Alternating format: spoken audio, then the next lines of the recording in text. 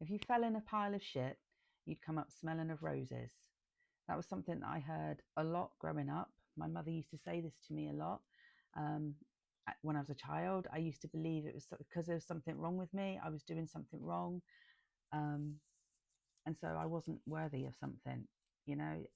I would do something and my mother would say that kind of thing to me, and it would make me straight away feel quite down. As a child, despite uh, a difficult environment, I was always a sunny kind of child. I was always happy. I would see the good in people. I was always active and doing stuff. My mum was on a level which was a lot lower than that vibrationally.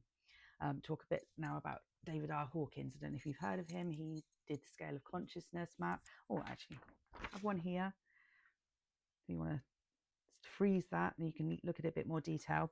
So on this map, I figured out after a lot of years, helped me understand why the relationship with my mother and a lot of people around me sometimes was quite difficult. I was, like I say, a very happy child. I was probably up within joy and love most of the time because that was my natural state. I had no worries. I didn't really have anything to be bad about, to feel bad about. I always felt good about stuff. I saw the goodness in people and I naturally overcame things. My mother, on the other hand, she had me when she was 19. My dad left her when I was about 6 weeks old. Another story completely. So, but my mum completely felt very understandably now like like shit basically, and so she, everything around her was shit. So I think that she would have been hovering around grief, guilt, and shame for her own past experiences. She had a troubled teenage years and she had things to deal with when she was a child as well.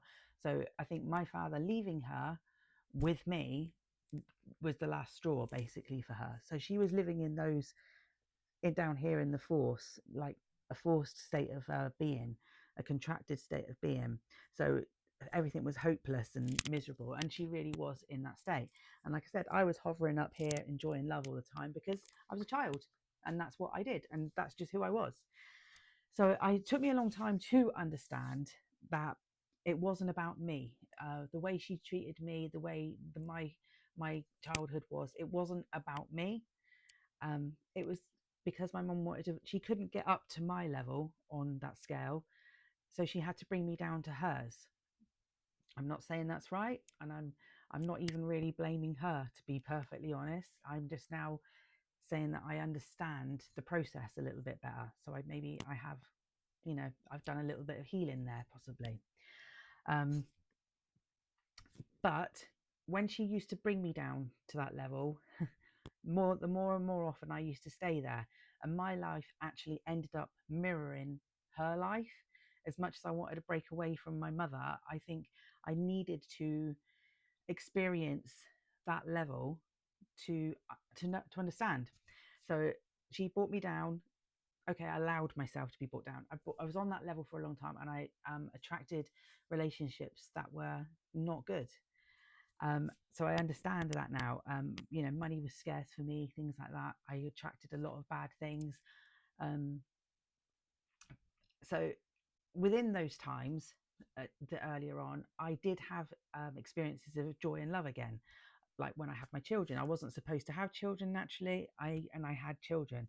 So within those, when I had my children, obviously I was feeling joy and love and everything like that. But they were short lived because of the experiences that I was in with relationships that I had attracted.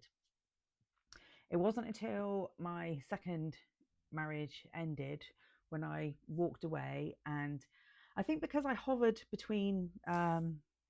hovered between anger and pride a lot of my, and probably from fear to pride through my marriages. I had fear in my marriages, and but I had pride that I was keeping things going. I was doing stuff. So I think because I was hovering on the higher end of the scale, it was easier for me when I left my relationship to then transition to courage, which was when I left my relationship, obviously. And then I had to accept that I was doing things on my own. I was neutral and I was willingness. So there I was automatically a little bit higher on the scale. I'm not saying that I stayed on that scale a lot. A lot of things happened that brought me back down again. You know, I tumbled down, but it was easier to get back up the scale. So I think what I'm trying to explain is that we have a lot of people and experiences in our life that are low vibration, and usually because they're struggling in their own vibration, low vibration, they don't they see people that are higher and they don't like it because they can't get there, so they try and pull them down. A lot of people call them energy vampires, perhaps. Maybe it's not quite the same thing, but it could be classed as that. But it's very difficult, it's very tiring, especially when you're naturally your baseline is naturally higher and there's people a lot lower than you, and they literally are pulling you down. So the way I did it, it was a lot of years of being myself again, to try and stay on that level. You know, I was a happy person. I'm naturally happy. I'd like to be higher, but I'm not there yet, and I'm okay with that. I think, you know, that will come maybe eventually, but I'm definitely hovering in between willingness and joy. Actually, a lot of the time I do have a lot of joy. I have a lot of things to be grateful for in my life. It's finding how to get there and to stay there, and a lot of that is inside. You can't rely on other things outside of yourself to be in that state, because if you rely on other things around you, then you're giving the power away to them to bring it down again. You have to keep the power in yourself, which is difficult, and it takes time and it takes effort, but you can do it. You can definitely do it. I would definitely encourage people to read this book. You can get it. I'm not affiliated or anything, Amazon, whatever.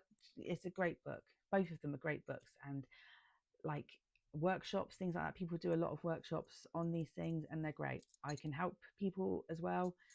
I do this is what I do. This is part of all my generational stuff, my black sheep stuff. This is all part and parcel of it. It's just building a bigger understanding of how the outer things affect us inside.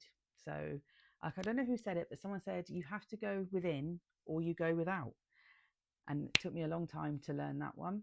But definitely you come here for you come here to experience life for you. So if that made any sense, that's great. And if you can pop anything in the comments that might resonate with you, the same kind of scenario, I would love to read them. I really love to read them. So anyway, thank you for listening, and I'll see you in the next video. Bye.